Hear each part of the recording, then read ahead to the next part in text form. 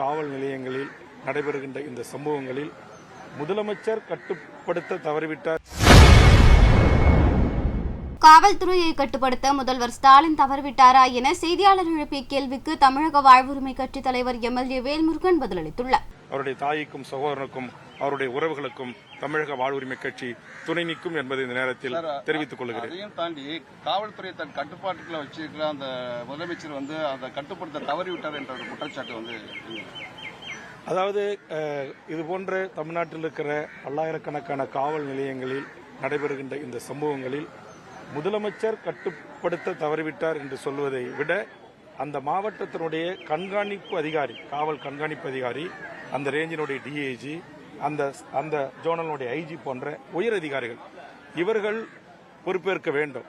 இவர்கள் எப்படி இல்லீகலாக சட்டத்திற்கு புறம்பாக 24 மணி நேரத்திற்கு மேலாக ஒரு மேஜிஸ்ட்ரேட் முன்பு நிறுத்த வேண்டிய ஒரு குற்றம் சாட்டப்பட்ட ஒருவரை நிறுத்தாமல் தனியார் இடங்களையும் தனியார் தோப்புகளிலும் அழைத்து சென்று மிக மோசமான தாக்குதல் நடத்துகின்ற அதிகாரத்தை இவர்களுக்கு யார் தந்தது, அல்லது இவர்களுக்கு அந்த அதிகாரத்தை அளித்து உத்தரவிட்டது யார், அந்த சார் யார் என்கிற ஒரு கேள்வி இங்கு எழுகிறது. அதையும் மாண்புமிகு முதலமைச்சர் கண்டுபிடித்து அவர்கள் மீதும் உரிய நடவடிக்கை எடுக்க வேண்டும். அப்போதுதான் இதற்கு உண்மையான நீதியாக இருக்கும். அதிமுக ஆட்சி காலத்தில் இது போன்ற 2 செயல்கள் நடந்திருக்கு, பெரிய செயல்கள் நடந்திருக்குது. ஆனா அவங்க இதை பத்தி விமர்சனம் பண்றது நீங்க எப்படி பாக்குறீங்க?